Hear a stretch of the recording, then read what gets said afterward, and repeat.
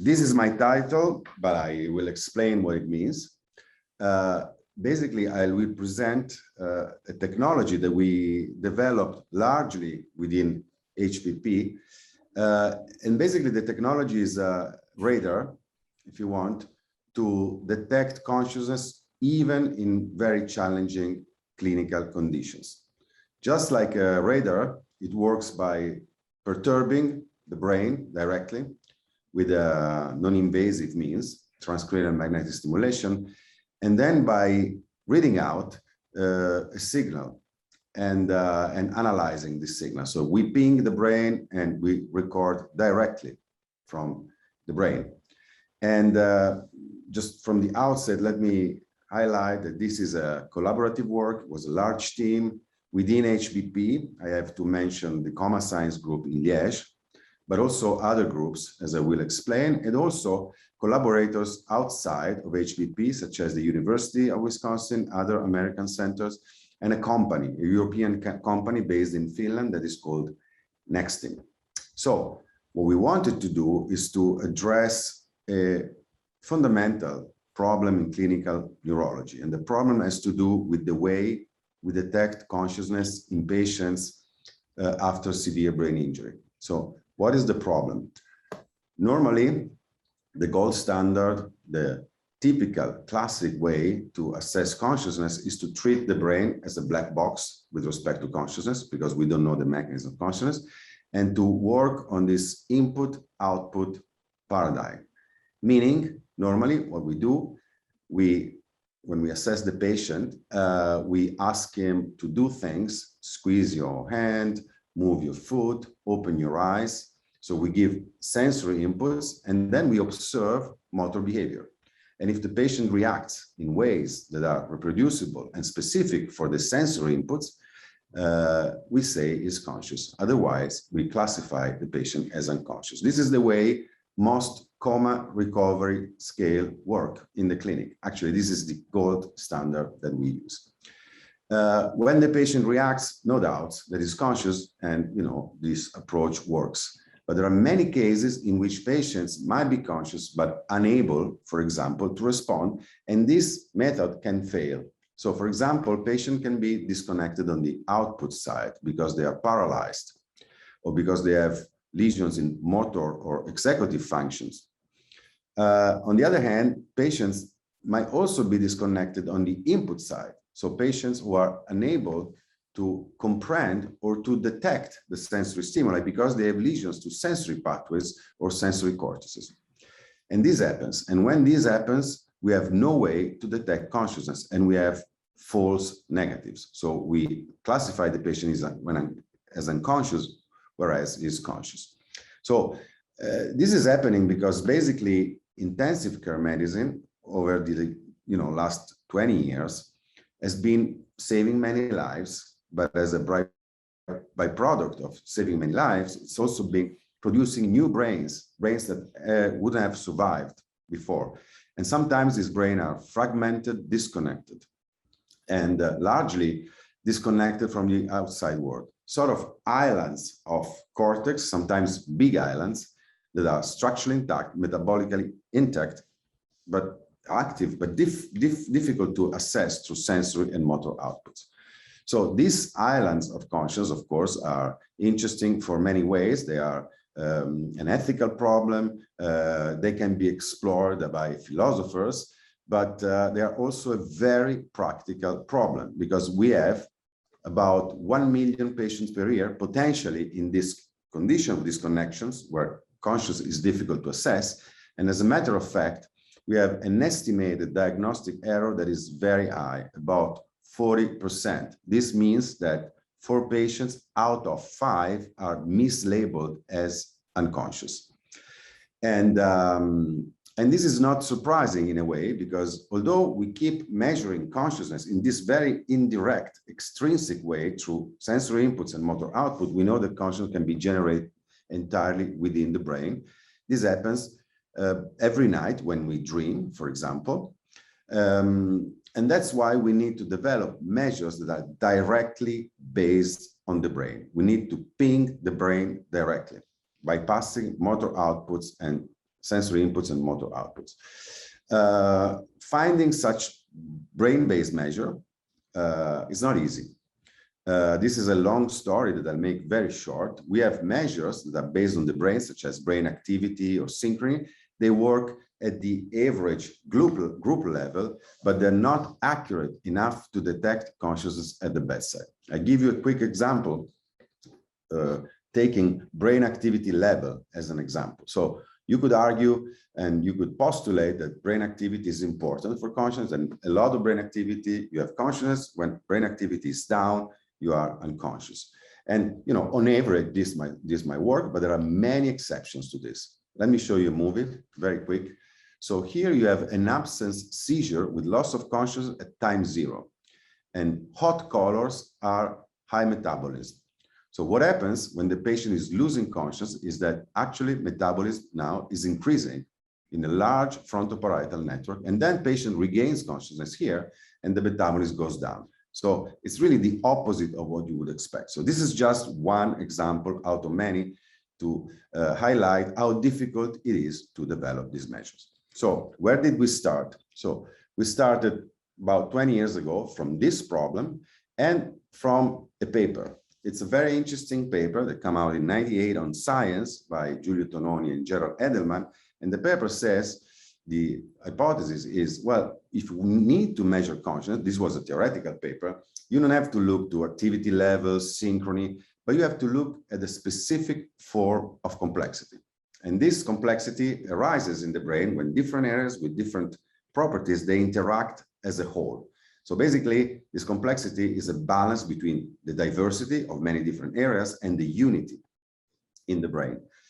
And metaphorically speaking, the brain, according to this view, is like an orchestra where you have different elements with different partitions, different sound, and they act all together as a whole to produce a symphony. And staying on the metaphor, if the orchestra loses unity, is disgregated, and you ping one instrument, the music is going to be very simple because only one instrument will play. If the orchestra is tied together, they listen to each other, but they all have the same partition and the same sound, again, the music will be simple because it will be a loud bang. And only if there is this balance between diversity and unity, then you have the symphony. So we do take a similar approach now, going to the technical aspect, to the brain. So what do? We ping, directly cortical neurons that are the main players of consciousness with a magnetic pulse. So we activate a group of neurons, and then we listen to the electrical music of the brain to assess the complexity of this reaction. So basically, we activate the brain, we engage a chain of interactions among cortical areas, and we record the resulting response. Then, to measure the complexity of the response, we developed a specific algorithm. So there is an hardware that I will show, and a specific software solution that basically measures the complexity of the spatiotemporal dynamics of the electrical activity. And it does so by zipping this activity, as you would zip a file. The idea, and this degree of zipping compressibility is called perturbation complexity index. So basically, it's an index, a measure of algorithmic complexity. How does it work? So the rationale is very simple. If the brain is not unitary, if integration is lost, you ping the brain and the response will be very local, easy to zip. If the brain is functionally connected, but all areas are doing the same things, again, the music will be simple because the response will be large, but very redundant, and again, easy to compress. You don't need a lot of information, of bits to compress it.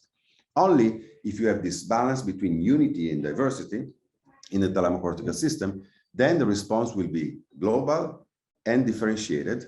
So you will need a lot of information to compress it. So this is the measure. So we summarize in a number something that is theoretically relevant for consciousness, using a technology that stimulates and records from the brain and specific algorithm. The technology now looks like this. This is the last prototype that we have been testing in collaboration with Nextem. It's a prototype that we are testing in view of clinical application and in view of future commercialization. So let me show you how it works. You have a stimulator on the head of the subject. Then there is a navigation system. You see a camera there who's keeping track of the position of the head and the stimulator. And you also have an MRI loaded into the computer. So you are navigating in a virtual sort of open skull surgery. So you know where you're stimulating. You can be very reproducible. And then we record directly the response of the brain with electroencephalography. So this is our signal of interest, the signal that we want to measure in terms of complexity. And I give you one simple example about what happens when you lose consciousness falling asleep. So this was the first experiment we performed many years ago.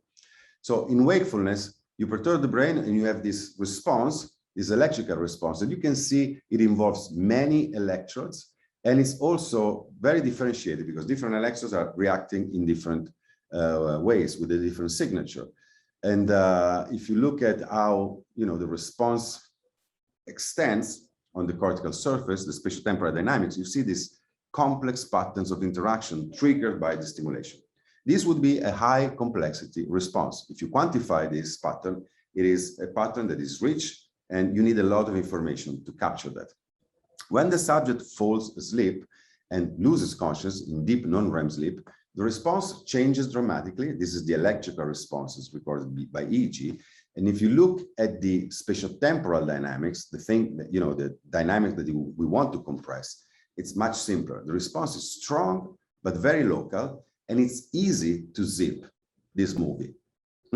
So basically, this is an example. And we started here, and then over the last 10 years, and largely within HBP, we performed this measurement in hundreds of subjects in very different conditions to calibrate and validate the measure. So on the left side, you see situations in which subjects are conscious, and you see high complexity. And on the right side, situations where subjects are unconscious and very simple waves.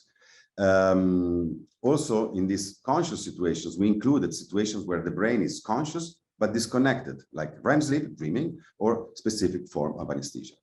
Then, we moved to patients because we saw that this was promising and it worked. And in patient, I want to just give you an example of how we can use these practical measures. So here there are two patients. By the point of view of behavior, input, output, the classical gold standard, they are equal. They are both unresponsive. But then you do the perturbation at the bedside with this machine, and you see that the patient on the left has high complexity and the patient on the right, low complexity. So based on the calibration, you know that this patient can be conscious, actually is conscious, but probably disconnected, and you need to restore executive function and communication channels. In this example, but I have many examples, this is just one, we have a lesion in an area that is called the substantia nigra, that is producing dopaminergic drive in the front of the cortex. So we, and the doctors, based on the high complexity and the lesion, they made the hypothesis that there is a blockage of executive function and you need to push the dopaminergic system. So based on the measure, we take the clinical decision of administering amantadine, which is pushing the dopaminergic systems. And after a week, the patient becomes responsive, even behaviorally. Brava, l'altra. So here the patient is asked to move his finger. Pollice, di nuovo l'indice. And she's moving fingers appropriately. So basically there was consciousness, couldn't see that in behavior. We saw it with this perturbational approach, and then we took a decision. Low complexity patients are more difficult to treat, because here you would need to restore complexity in the brain. This is a long story, but it's what we do in HBP is to try to understand what are the mechanisms of loss and recovery complexity.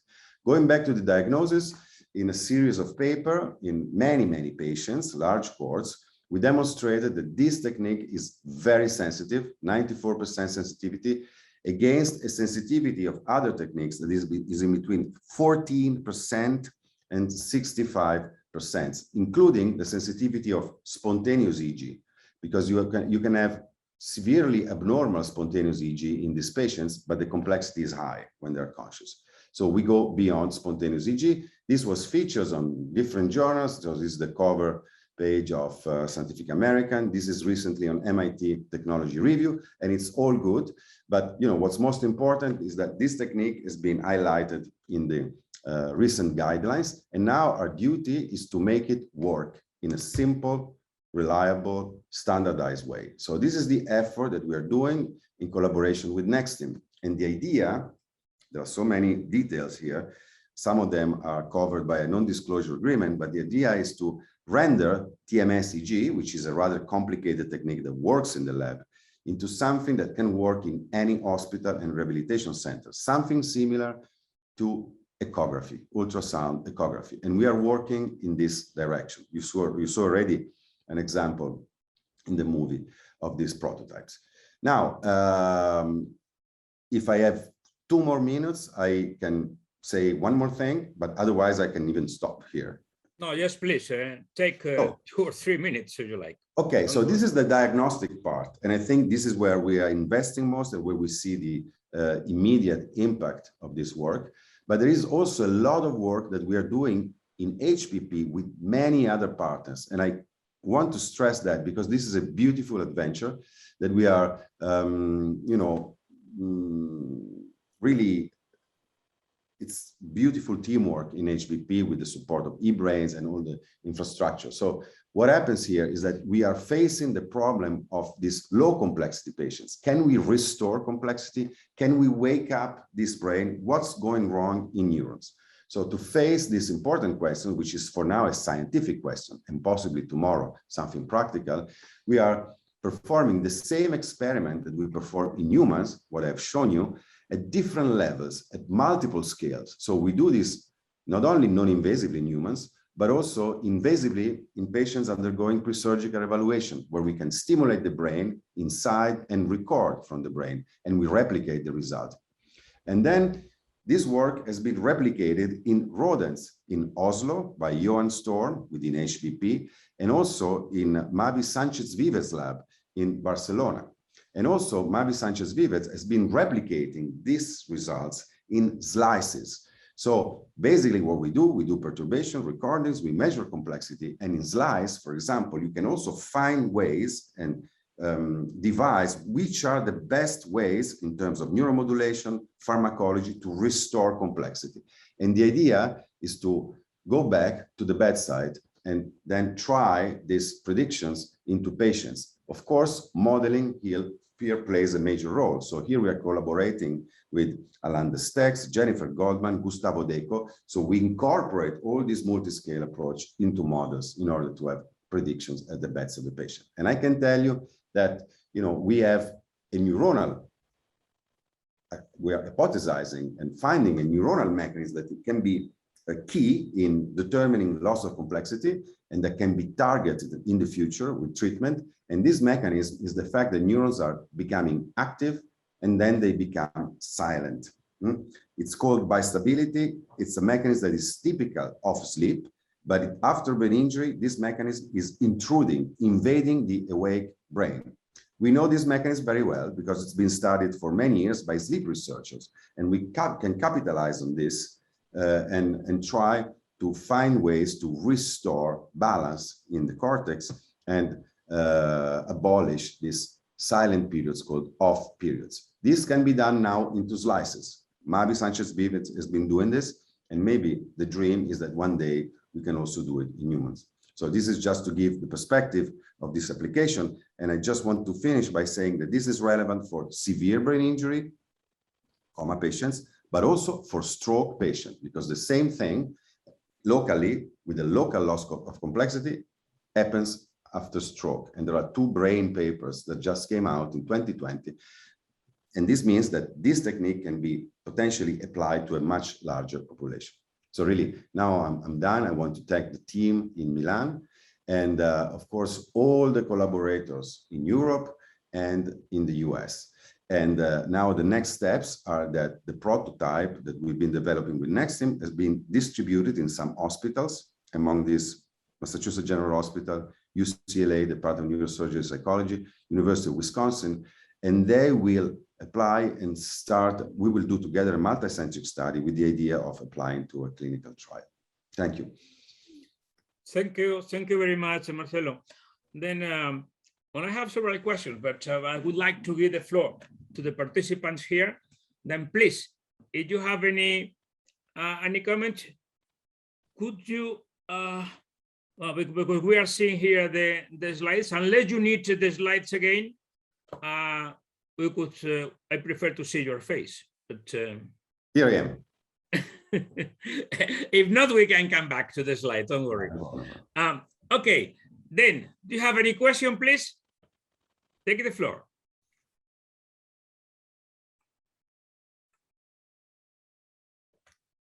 Just to warm up the discussion, I will start with one. I understood that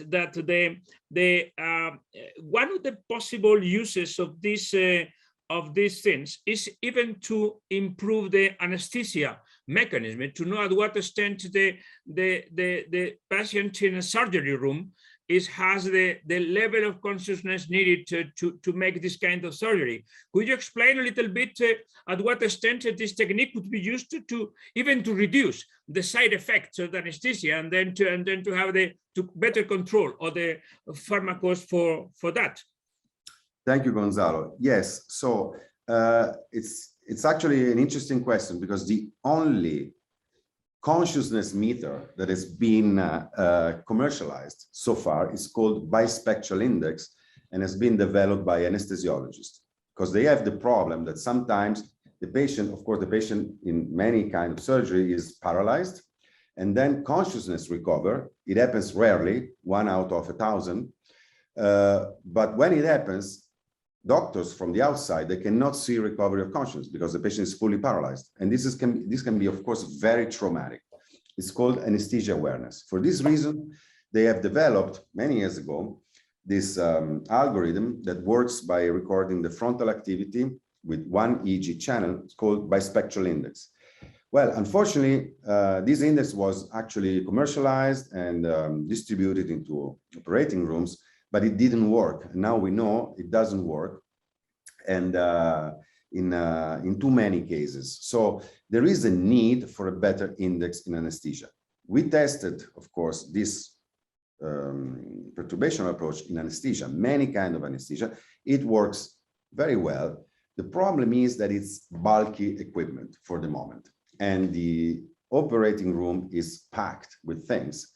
So the typical surgeon or anesthesiologist will tell you, you need to enter here with a box. You cannot enter with a machine. And so the effort will be to further simplify that. But I think there is potential room for that. It requires, though, further technological development and miniaturization of the components. Okay. And to make a portable equipment, I understand that next team is working in this direction, no? Yes. Yeah, it should be very portable. Yeah, very well. I had also another question related to the next steps in the United States. I understand that there are several hospitals that we will start with some kind of clinical trial of this kind of techniques. Are you planning to do the same in Europe?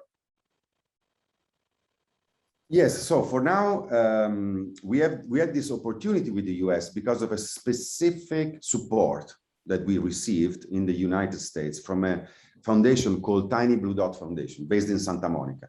So they really put a lot of effort and money in the development of these prototypes by Nextream Research and Development, and then to actually have the system brought and installed into the hospitals. So this was a very specific acceleration we had in the US. Of course, we are looking for support and partners to do this in Europe. And Liège is equipped with the machine. Well, another center that is well equipped, and they did a great study, showing that it works very well in real life condition. It's in Moscow, so it's not really, part of our regular, European grants, but it means that it is possible. And I'm really looking forward. We're doing anything also in collaboration with Nextream to promote this. And we will look into, all the opportunities that are out for this. Okay.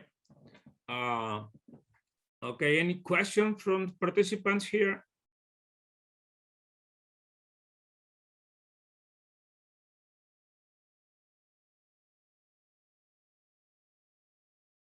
No?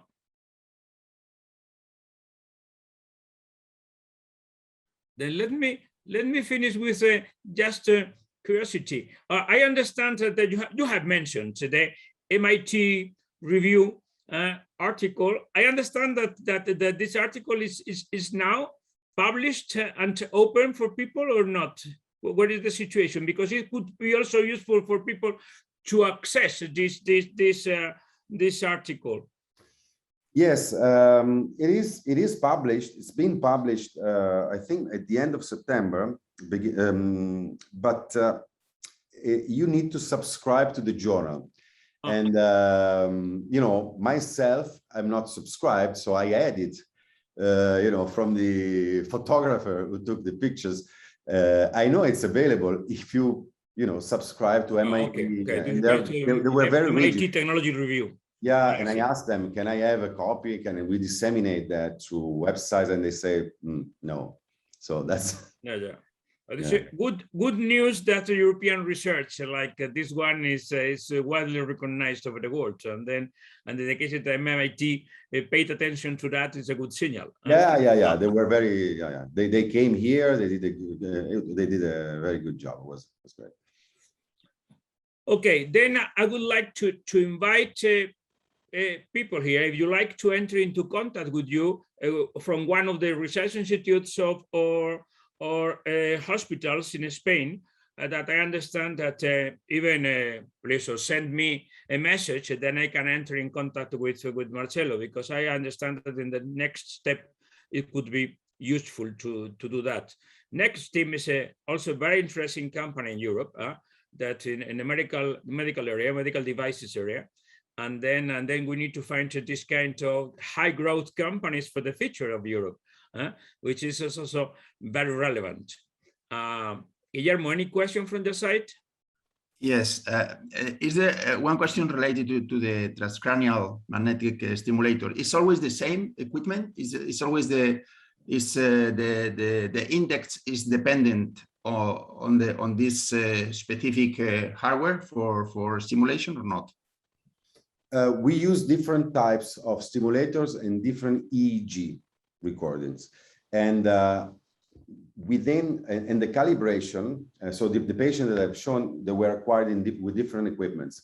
So really, once you perturb the brain effectively and you elicit an initial response in the initial 20 milliseconds, then and you record it with 60 channels EEG, whatever EEG, it needs to be TMS compatible, and there are many out there. You have the same results in terms of the discrimination between consciousness and unconscious. There are systems, though, in which the measurement is easy, and systems by which the measurement is very difficult. And this is the key thing. And if you need to go into hospitals, you need to make sure that your equipment is fully optimized and really almost plug and play. It's a difficult technique. It's like echography. You need training, but you need also the good machine to visualize and stimulate. And this is the difficult part. And here is where also we are made a lot of progresses. But yes, to answer your question. Yeah, because the input and the way that you stimulate the brain, I think is a very sensitive part of the results. Obviously, especially in patients, you need to have a good stimulator and a good navigation system. Okay. Yeah. At the very beginning of your presentation, in one of the slides, you mentioned that one of the typical black boxes of the brain is when people are dreaming. When you have no possibilities to have inputs or even to extract outputs. But do you feel that it's possible to analyze the dynamic of the behavior of the brain to know if one person is dreaming or not in the future? Because I think that this should be very relevant, because in some cases we say, well, there's no activity at all, and maybe he or she is dreaming, which reflects also a complexity in the dynamics of the brain behavior. Yes, this is a very good question, and it gives me the opportunity to specify a couple of things. So with this machine, we can detect complexity directly in the brain. And whenever consciousness is present, even in dreaming, we detect high complexity. Also, in the extreme case of ketamine. Ketamine is an extreme form of dreaming. It's an anesthetic that at certain dosages puts you in a state of complete disconnection to the environment. You can have surgery, serious surgery, but you're not unconscious. You're somewhere else, dreaming and hallucinating. We see high complexity. But we cannot, with this technique, make any inference on the content of the dream. We know that you have some kind of experience. We don't know what kind of experience. For this second question, there are studies with fMRI or EEG that kind of do some kind of mind reading in specific case in healthy subjects in ideal conditions. But then they lose sensitivity when it comes to detecting the presence or absence of consciousness. So we are being very sensitive in detecting consciousness. This is what doctors are interested in, but we lose the ability to, of course, mind read subjects, which is more for now, like a research problem. So we, gave priority to this sort of crude measurement, but it's very solid and very reliable. Yeah. Then sometimes we could also check if cats and dogs are dreaming or not. Maybe yes. Well, that's, this is consciousness has several implications, including animal consciousness, machine consciousness. I think complexity is a good bet. Of course, the measurement must be a completely different way of measuring and calibrating everything. We start with humans because we have a ground truth here. So we know, at least we can ask people, are you conscious or not? And then we calibrate, and then we go to the unknown. One day, maybe with better measures and theories, we can go beyond humans. But for now, we are already struggling with humans. Well, I'm sure that it is an exciting field for the future. Guillermo, do you like to say anything? No. Yeah, and the question is your finger, but yeah. It is. There is also a question related with the possibility. Maybe it's a very naive question, but if it is possible to measure this index, regardless that people are injured or not. So it is possible to have a kind of classification of people that theoretically are healthy, but have different levels of consciousness. So it is a kind of similar to intelligence coefficients, for example. Yes, but thank you, Guillermo. Again, it's a great question, and you give me the opportunity to clarify. So, as I said, it's a very crude measurement, and it works like in medicine. So, let's say, blood sugars or blood pressure. There is a variability among subjects, and we have distributions for conscious and unconscious conditions, and we draw a cutoff. And this is an operational cutoff.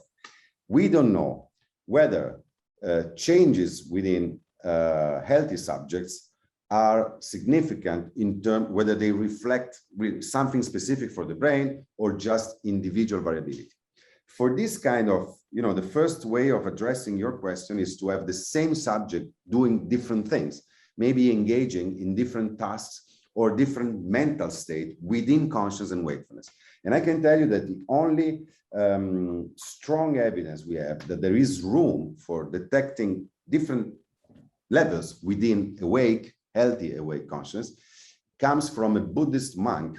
We published the paper in Brain Stimulation a few years ago. It's a super trained monk who is able to enter states called open presence or minimal consciousness, and he can do that on command. And for the first time in Arrive, we were very skeptical, but we were very surprised at the same time. During the measurement, he was able to change and modulate degrees of brain complexity, something we never saw in healthy controls when you ask them, close your eyes, open your eyes, think about this, think about that. The measure is very stable within the subject.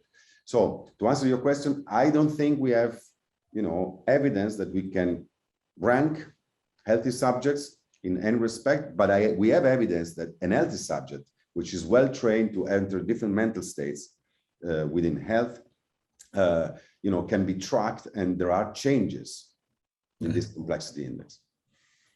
Thank Okay. Well, if we don't have any additional questions, let me congratulate, first of all, for your award. It was a pleasure to participate in the process, and it was clear from your presentation today that this is a very exciting field. So we could work a lot, people.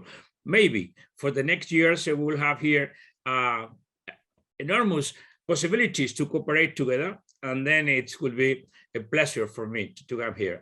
I hope that next year we could also come back to you to see at what extent in HBP you have advanced, and then the activities in USA were also progressing, and the machine will be also located in many other hospitals over the world.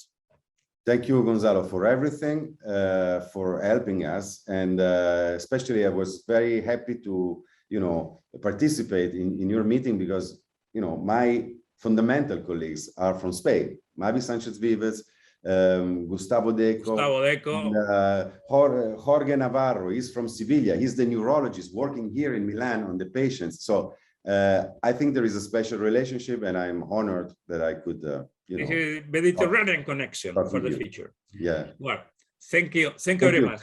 Thank you very much, Marcello. you. And see you next time.